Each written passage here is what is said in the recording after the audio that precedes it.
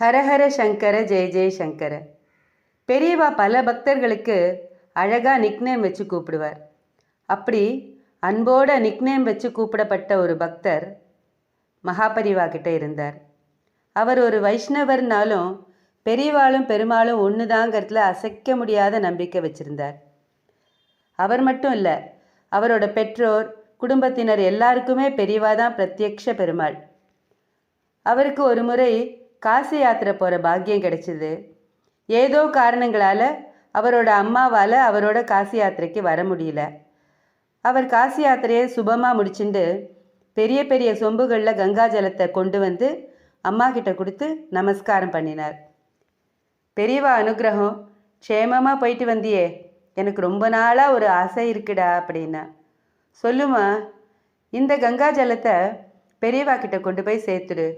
ஒரு பூர்ண அமாவாசை அன்னைக்கு பெரியவா இந்த கங்கா ஜலத்தால் தனக்கு அபிஷேகம் பண்ணிட்டார்னா என் ஜென்மம் சாபல்யம் அடைஞ்சிடும். பெரியவா மேலே உள்ள ரொம்ப ஆழ்ந்த அன்புனால அம்மாவோட கண்களில் சொல்றச்சியே கண்ணீர் வழிஞ்சுது. தனக்காக கங்கா ஜலமும் தன்னோட பக்தையும் காத்துன்னு இருக்கிறது பெருமாளுக்கு தெரியாதா என்ன? சீக்கிரமே அந்த பக்தருக்கு பெரியவாளை தரிசனம் பண்ணுற பாக்கியம் கிடைச்சிது. அப்போ பெரியவா துங்கபத்ரை தவழ்ந்து ஓடுற ஹம்பியில் முகாமிட்டு இருந்தார். அங்கே இருக்கிற ஒரு சின்ன சிவன் கோவிலில் தங்கியிருந்தார். அன்னைக்கு அமாவாசை. அந்த பக்தர் கங்கை சொம்ப பெரியவா முன்னாடி சமர்ப்பிச்சுட்டு நமஸ்காரம் பண்ணினார். என்ன, காசி யாத்திரை நன்னா முடிஞ்சுதா? பெரியவா அனுகிரகம் நல்லபடி ஆச்சு. ராமேஸ்வரம் போயிட்டு வந்துட்டியா? ஆச்சு பெரியவா. கங்கை சொம்பை தொட்டு தன் பக்கம் லேசாக நகர்த்தின்றார். அன்றைக்கி ஹம்பிலையும் பெரியவாளை தரிசனம் பண்ணுறதுக்கு நல்ல கூட்டம்.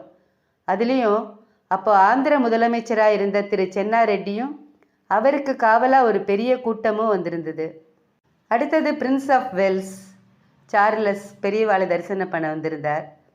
அவரோட கிட்டத்தட்ட 200 பேர் வந்திருந்தா. ஒரே கெடுபிடி. பெரியவா முன்னாடி ஏகப்பட்ட பழங்கள், புஷ்ப மாலைகள், சால்வைகள், பரிசு பொருள்கள்னு குவிஞ்சிருந்தது. அதில் கங்கை சொம்பு இடுக்கில் மாட்டின்ட்டு தெரியவே இல்லை. எல்லாம் முடியறப்போ கிட்டத்தட்ட மத்தியானம் 3 மணி ஆயிடுத்து. அந்த பக்தரோட கண்கள் எங்கேயோ இத்தினூண்டு தெரிஞ்ச கங்கை சொம்பையே பார்த்துட்டு இருந்தது. இன்னைக்கு அமாவாசையாச்சே, பெரியவா கங்கை ஜலத்தில் அபிஷேகம் பண்ணிப்பாளா மாட்டாளா? அந்த பக்தர் நினச்சி முடிக்கல. பெரியவா தண்டத்தை ஊனிண்டு எழுந்தார். பக்கத்தில் இருந்த பாரிஷதர்கிட்ட ஏதோ கஞ்சாடை காமிச்சார். அவர் அங்கே இருந்த கங்கை சொம்பை எடுத்துட்டு பெரியவாளோட நடந்தார். பெரியவா ஸ்நானம் பண்ண போறா. கூட்டத்தில் யாரோ யார்கிட்டயோ சொன்னா. அந்த பக்தருக்கு ஜிவ்வுன்னு ஏதோ ஏறுற மாதிரி இருந்தது. ஆனந்தத்தோட உச்சியில் பெரியவா கூடவே ஓடினார். பெரியவா சாதாரண வேகத்தில் நடந்தாலும் நாம்பெல்லாம் அவரோட தலை தெறிக்க ஓடினாதான் அவரோட நடக்கிற ஸ்பீடுக்கு ஈடு கொடுக்க முடியும். இது அவதார புருஷர்களுக்கு மட்டுமே உண்டான ஒரு தனித்தன்மை. துங்கபத்ரா ஓடுற இடத்துக்கு வந்ததும் கீழே பல படிகள் இறங்கினாதான் நதியில் குளிக்க முடியும். பெரியவா விடுவிடுன்னு படிகளில் இறங்கி நதியை வந்தனம் பண்ணிட்டு உள்ளே இறங்கினார். அப்போ மணி சரியாக மத்தியானம் 3:22.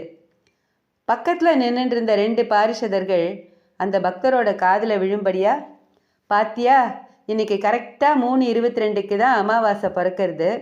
பெரியவான்னா பெரியவா தான்.